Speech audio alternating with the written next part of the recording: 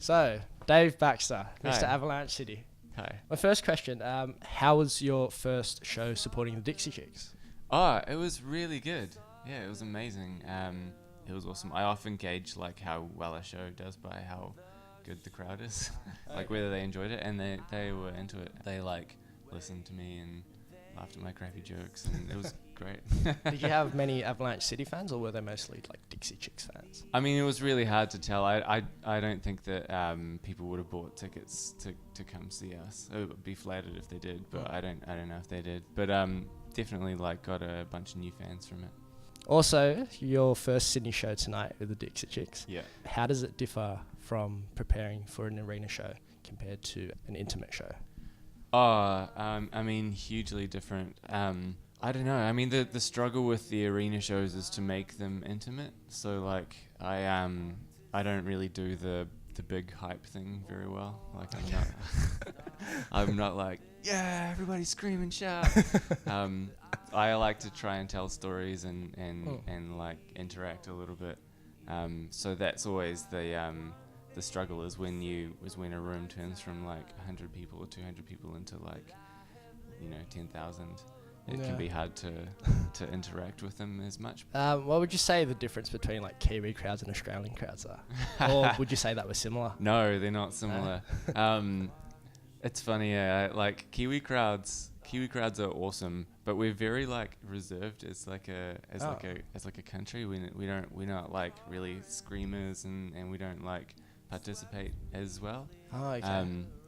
I would say in terms of like crowd participation and like screaming and shouting, America is like at the top and Australia is somewhere in between New Zealand and America.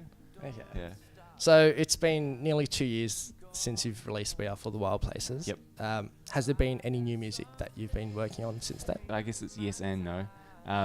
I started writing, but then I kind of didn't like it, and I felt like I needed a break between writing the next album, and so I've just been throwing myself into other people's projects. So I've been doing mixed a couple of albums for some friends, and like produced an album and doing a lot of songwriting for other people, like with other people. But I've got like the next few months set aside to write the next album. And awesome. I just hope that it works out. When are you hoping to release it? Probably next year. Next year? Yeah. Okay. Yeah. Well, what does it involve for you when you create an album? Like, what's the writing process like for you? It's really painful, eh? It's tricky for me because I do it all myself, and that's kind of like my thing. Okay. So I think for other people, they'll write their songs and then they'll try to figure out a style and they'll pick a producer who does that style. Yeah. But for me, I kind of like to record everything and produce it all myself, and so it's like a massive journey to get to where I want it to sound. Like to figure out how I want it to sound, and then next step to figure out how to actually do that. Just to go a bit off topic, when was the last time that you didn't have a bit? Ooh, it's ages ago, hey. All through high school, all I wanted to do was grow a beard and get flesh tunnels. And then I left high school and straight away just grew a beard and got tunnels and just never looked back.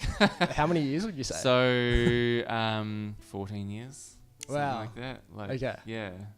Yeah, so from your Facebook page, I only recently discovered that you've released an EP under your real name back in 2012. Yeah.